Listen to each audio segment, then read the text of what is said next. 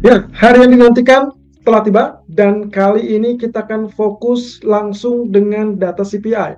Karena semua market otomatis sangat menantikan data CPI tersebut, termasuk para pembuat kebijakan dari Fed. Mereka sebetulnya sudah tahu tentang data CPI tersebut, terutama untuk Powell. Jadi sebetulnya di tangan mereka sudah ada gambaran kira-kira apa yang akan atau yang harus mereka lakukan berikutnya di dalam pertemuan FOMC bulan Mei. Tapi kira-kira bagaimana reaksi market setelah nanti malam data tersebut akan dirilis. So ini yang harus kami ingatkan kembali kepada Anda. Saat data dirilis, maka kemungkinan volatility akan sangat meningkat. Jadi hati-hati dengan pergerakan yang cukup lebar. Dan itu berarti bisa naik ataupun turun dengan sangat drastis. Jadi inilah yang akan kita bahas terkait dengan skenario-skenario yang bisa saja terjadi. Ya, seperti biasa, ini adalah economic calendar yang kami cantumkan dari forexfactory.com, dan Anda bisa lihat di sini kami sudah membahas beberapa poin utama yang akan difokuskan selama minggu ini, dan kita tandai di sini CPI untuk basis bulanan diperkirakan akan turun atau diharapkan akan turun 0,2% dari sebelumnya 0,4%. Sementara untuk basis tahunan diharapkan turun ke 5,2% dari 6%. Mana yang harus kita perhatikan? Sebetulnya ketiganya sama. Semuanya akan diperhatikan oleh para pelaku pasar, tapi yang utamanya kita lihat terlebih dulu dari basis tahunan. Karena angka tersebut pernah melonjak sampai nyaris 2 digit. Walaupun tidak sampai 10%, tapi angka 9% ini cukup gemas dan juga membuat para pembuat kebijakan kelabakan. Nah, tapi dengan angka yang sudah turun secara bertahap sampai level 6% di bulan yang lalu, maka kali ini harapannya adalah kembali turun di angka 5,2%. Nah, ini cukup menarik teman-teman. Kalau melihat angka dari 6 ke 5,2% ekspektasinya, maka sebetulnya ini adalah harapan yang cukup logis, mengingat beberapa data ekonomi sebelumnya juga menunjukkan angka yang relatif melunak. Walaupun masih tetap diyakini bahwa sektor tenaga kerjalah yang masih tetap solid.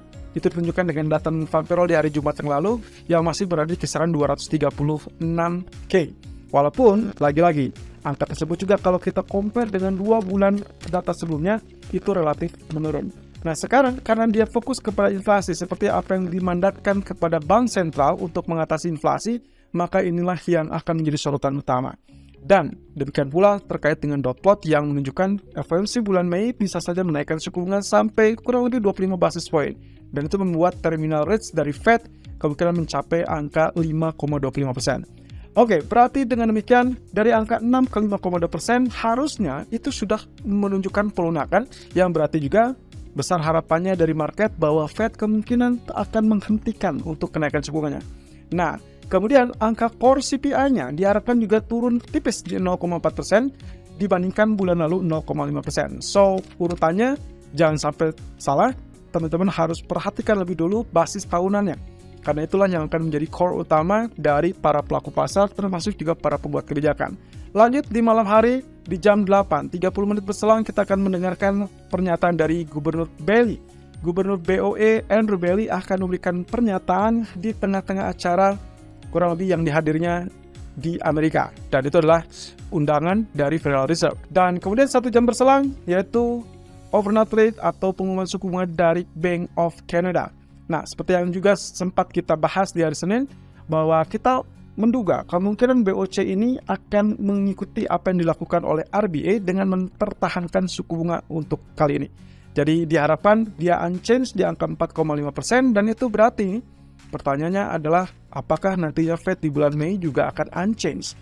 Tentunya itu bisa terjadi kalau ternyata data inflasi yang dirilis malam ini relatif melunak. Itu berarti bisa saja somewhere between 5,3 sampai 5,6 atau minimal setidaknya berada tetap di bawah 6%.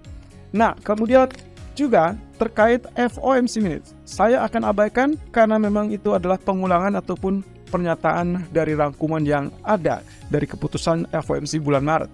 Jadi kalau misalkan dilihat dari situ, kita cuma mendapatkan satu poinnya adalah terkait dengan kenaikan suku bunga hanya 1 kali lagi di sepanjang 2023, lalu mereka akan bertahan. Tapi besar harapan market adalah untuk kembali memangkas suku bunga di akhir tahun. Tapi kita belum tahu apakah itu bisa terjadi apa tidak, karena Fed sendiri enggan untuk melakukan pemangkasan. Ya, kemudian ini adalah yang akan kita bahas. Inflasi akan menjadi fokus utama. So, data inflasi ini kemungkinan akan menjadi acuan dan juga yang sangat menentukan apakah nantinya Fed akan berlanjut dengan skema pengetatan kebijakan moneter atau mereka mulai bertahap menghentikannya. Nah, yang diharapkan baik itu oleh Fed ataupun para pelaku pasar adalah data yang sangat lemah. Oke, kita lihat dampaknya bagaimana. Kalau ternyata strong inflation atau inflasi masih terlampau kuat, maka kemungkinan itu diyakini bahwa Fed akan tetap berada di jalur penguatan ataupun dalam hal ini adalah kenaikan suku bunga. Dampaknya tentunya itu akan membuat strong US dollar. Nah, sementara data inflasi yang relatif lemah atau relatif melemah, tentunya Fed membuka diri untuk kemungkinan jeda kenaikan suku bunga, atau bahkan kalau memang datanya cukup lemah, itu akan bisa menghentikan Fed dalam jalur pendakian ataupun kenaikan suku bunga. Dan imbasnya adalah weak US dollar. Lah, kalau seperti itu, berarti kita akan melihat bagaimana dampak dari pasar utama mereka. Nah, kalau memang strong US dollar yang dihasilkan, maka itu berarti akan berakibat buruk untuk emas, pasar saham, atau bahkan other currency yang berlawanan dengan US dollar. Tapi kalau ternyata datanya relatif lemah, maka itulah sinyal yang cukup positif untuk emas, pasar saham, atau bahkan other currency. Dalam hal ini berarti kita bicara tentang emas, indeks saham, dan juga pound sterling yang berpotensi mengalami penguatan ataupun kenaikan.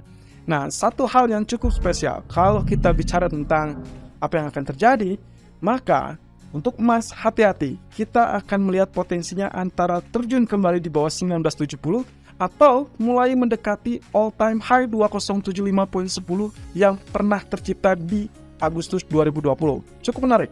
Dan bahkan beberapa pengamat meyakini, ya, emas tinggal menunggu waktu saja untuk tembus menciptakan new all-time high.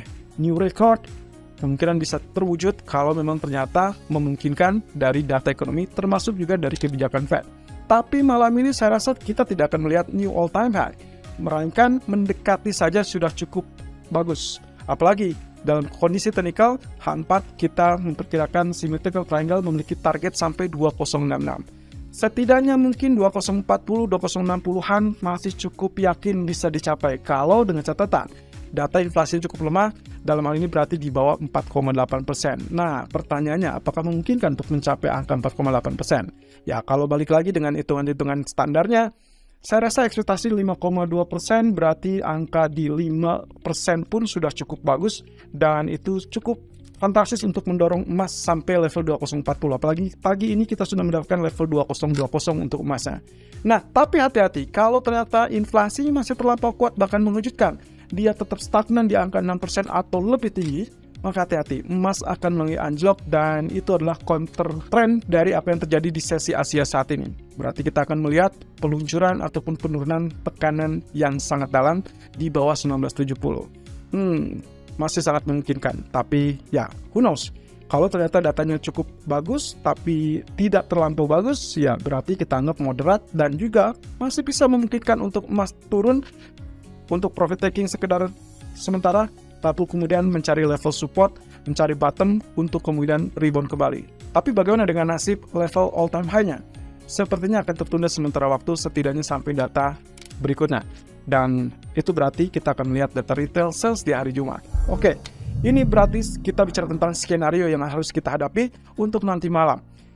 Ya, saya seperti biasa mengeluarkan dua versi. Yang pertama adalah versi MyFXBooks ataupun investing.com dan juga website lain yang menunjukkan angka ekspektasi untuk inflasi basis tahunan adalah 5,2% dari sebelumnya 6%. Sementara Forex Factory mengeluarkan versi 5,1% berbanding 6%. Oke, itu cukup menarik ya. Tapi kita akan lihat dari hasilnya nanti. Jadi kalau skenario pertama dan kedua, ingat inilah untuk skenario penguatan dolar, tapi spesifiknya kurang lebih seperti demikian. Aktual lebih besar dari ekspektasi, kita asumsikan berada di kisaran 5,4 sampai 6%. Itu berarti medium strong dollar. Artinya dolar berpotensi mengalami penguatan setidaknya sampai level resisten 1 ataupun resisten kedua. Bagaimana dengan nasibnya emas? Emas, saham, ataupun ada currency berpotensi mengalami pelemahan ataupun penurunan. Ya, ini berarti apa yang terjadi dalam 2 hari terakhir, terutama untuk indeks saham yang sudah mulai rally, kemudian emas mulai mencapai 2020 kembali, kemungkinan itu akan menjadi anti klimaks. Tapi hati-hati, kemungkinan penurunan ini akan relatif terbatas setidaknya untuk emas. Nah, sementara skenario kedua adalah aktualnya diperkirakan jauh lebih tinggi. Kita anggap saja misalkan terjadi kejutan di atas 6%. Ini berarti akan very strong dollar, yang berarti pula dolar akan mengalami rally sampai kurang lebih resisten ketiga atau bahkan lebih tinggi, dan itu berarti berdampak negatif, sangat dalam tekanannya untuk emas dan juga pasar saham. Nah, kemudian skenario ketiga dan keempat adalah untuk potensi pelemahan US dollar. Nah, seperti halnya di skenario pertama, skenario ketiga ini juga akan berdampak yang sama dengan pergerakan yang diharapkan terbatas. Tapi angka asumsinya adalah berada di kisaran 4,6 sampai 5,1%. Medium weak dollar, dan itu berarti dolar berpotensi mengalami pelemahan setidaknya sampai support 1, support 2. Emas berarti akan naik sampai kurang lebih resisten 1, resisten 2. Masalahnya adalah di sesi Asia ini kita sudah mendapatkan emas bergerak sampai mendekati resisten kedua. Wow, resisten kedua ini sendiri berada di 2031. Berarti apakah ini akan mengakibatkan anti klimaks yang lebih terburu-buru? Artinya bisa saja kalau sampai nanti malam dia bertahan di 2020, maka kita cuma punya peluang untuk kenaikan emas sampai 2030-an. Ini yang harus waspada. Nah, kemudian kalau ternyata skenario yang keempat adalah aktualnya mengejutkan, berada di bawah, katakanlah di bawah 4,6%. Dan itu berarti very weak dollar, yang akan mengakibatkan emas akan rally dan mendekati level mungkin all time high 2075 atau setidaknya 2040, 2060 seperti yang tadi sempat kita gambarkan. Dan berarti dolar akan mengalami pelemahan kembali di bawah support ketiga. Oke, catatan khususnya adalah kalau ternyata kita melihat angka 5,3 sampai 5,6%, kalau kita compare dengan sebelumnya yang berada di 6%, sebetulnya jangan buru-buru menafsirkan bahwa itu data jelek atau terlalu kuat atau masih terlampau kuat. Ya, kalau kita compare dengan apa yang dihasilkan dari ekspektasi 5,2%, angka 5,6% jelas lebih tinggi daripada ekspektasi, dan secara natural responnya adalah penguatan dolar. Tapi kalau secara keseluruhan kita compare dengan apa yang terjadi di bulan sebelumnya 6%, sebetulnya data tersebut masih bisa dianggap lebih baik atau lebih lunak dibandingkan data sebelumnya. Bagaimana dampaknya? Itu sebabnya muncul dengan skenario yang pertama ataupun skenario ketiga, di mana emas diharapkan tekanannya kemungkinan tidak akan terlampau besar. Dan itu berarti mungkin level support kedua pun kita akan lihat perlawanan dan emas bisa saja mengalami rebound. Bagaimana dengan saham? Saham kemungkinan masih tetap akan terkoreksi karena memang dalam beberapa hari terakhir dia sudah lebih dulu rally dibandingkan emas. Jadi teman-teman, hati-hati dengan pergerakan yang sangat volatile yang kita perkirakan sangat lebar range-nya mulai dari level support 3 sampai resisten 3 sangat memungkinkan. Jadi intinya kuncinya adalah Anda perhatikan di sesi area Eropa. Kurang lebih Asia sampai Eropa ini dia berada di kisaran mana? Apakah dia sudah mendekati level support kedua atau dia sudah mendekati resisten kedua? Karena itu sangat penting. Kemungkinan market akan bereaksi, mungkin sudah dianggapnya sudah mengantisipasi terkait dengan data tersebut. Apalagi dengan jejak langkah dari data-data ekonomi yang sebelumnya yang relatif melunak, maka diperkirakan inflasi ini pun atau kali ini akan relatif lunak. Tinggal pertanyaannya adalah mampukah dia berada di bawah 5%? Itu yang akan kita nantikan.